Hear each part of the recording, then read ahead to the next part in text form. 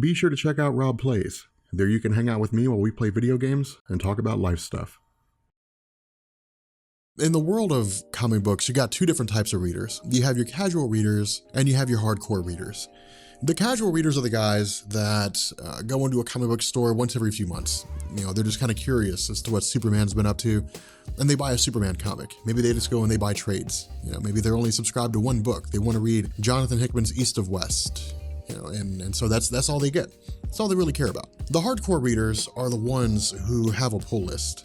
Every week, they go to the comic book store. They always get the same line of stories. Maybe it's 2 stories, maybe it's 3 stories, maybe it's all of them from Marvel and DC and Valiant and Image and so on. But the fact remains, they're there diligently, week in and week out, getting comics.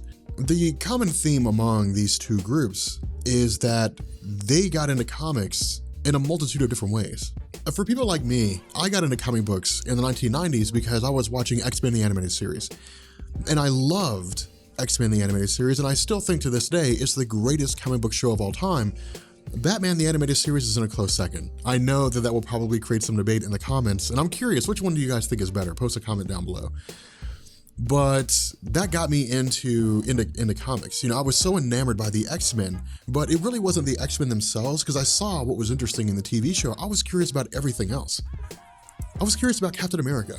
I was curious about Iron Man. I was curious about Thor, the Avengers, you know, the Fantastic Four. I'd heard of these things, and my dad would tell me stories about when he read comics when he was young. He would tell me about how Hal Jordan's weakness was the color yellow, and I was always curious, if you hit him with a yellow crayon, would that take away his powers? You know, of course, we know that now that's not really the case, but, you know, as a kid, it was always a funny question to ask. Some people got into comics because of Batman the Animated Series. You know, some people grew up in that age and they said, wow, Batman is so cool. I wonder what his comics are like. And they go to the comic book store and they buy Batman the Animated Series. Maybe they buy they buy Nightfall. You know, I guess Batman the comic series rather. They buy Nightfall. You know, they see that Bruce Wayne's back is broken by Bane. He's incapacitated. John Paul Valley takes over the mantle for a while. Dick Grayson does it for a little bit longer, and then eventually Bruce Wayne comes back. Maybe they watched Batman the Animated Series and it was around the time when, or I guess shortly after, Superman died. And they said, what's going on with this? The death of Superman is a huge deal. And they bought the death of Superman. And they followed up after, Reign of the Superman, the introduction of the Metropolis Kid, Connor Kent, of the Eradicator, of Hank Henshaw, Cyborg, of John Henry Irons, Steel. They bought into this huge landscape of characters. And for some people, it's recent. Iron Man came out. 2006, 2007, 2008, somewhere around there. Can't remember off the top of my head. Iron Man came out and they said, wow, Robert Downey Jr. is an amazing Tony Stark. I wonder what he's like in the comics. They go to the comic book store and they see an event called Marvel Comics Civil War, 100 issues long. They buy it in trade and they just rip through the pages, just tearing through. One page right after the next. You got Tony Stark and Captain America fighting each other. You got, you know, Captain America fighting Spider-Man. You got this great big huge showdown, this, you know, Michael Bay explosions at the end of the whole thing. And they're like, this is so cool. And because of that, they start getting into comics. They're like, well, what are the X-Men doing? Well, the X-Men have been depowered. So while Civil War is going on, you have Decimation.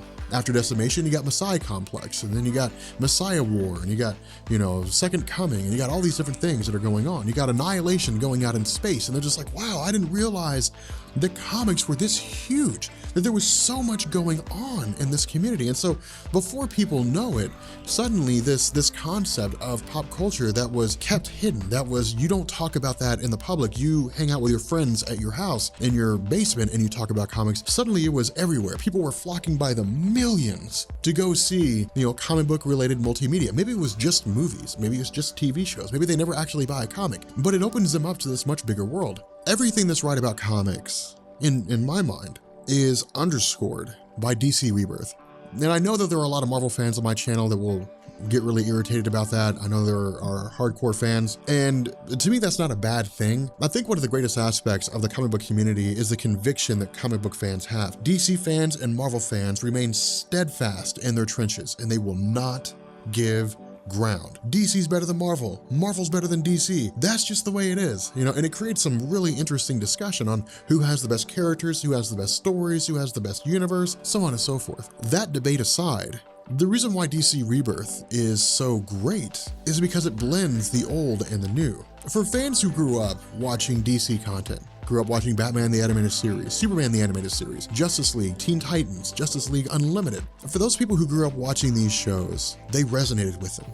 Maybe somebody got into comics from Justice League and they really liked Wally West. They're like, I really like the Wally West character. He's funny, you know, but he's got it where it counts in the TV show, in the cartoon show. So they're like, I really want to get into him. And so they start reading Mark Waid's run. And the more they get into it, the more they realize that Wally West is a deep character in the comics. He's not just a guy that runs fast, that can outrun the universe, depending on what story you're talking about. He is a guy who got his powers in the same way as Barry Allen. He was there before Crisis on Infinite Earths. He fought alongside Barry Allen as Kid Flash. He lived through Crisis on Infinite Earths and he experienced Barry Allen's death. And in the post-crisis landscape, the duties of Flash fell to him. The weight of the Flash mantle fell on his shoulders. And it wasn't just running really fast. It wasn't just fighting bad guys. It was carrying the legacy of Barry Allen. Everything that Barry Allen stood for was now on the shoulders of Wally West. And you saw it in his stories. You saw him going day by day, not wanting to disappoint the legacy of Barry Allen. You saw it day by day, trying to find his place in the superhero community, and he had his ups and downs. He was poor, then he struck it rich. He was a character that was defined by his experiences, and the coming of age style of storytelling from Mark Waid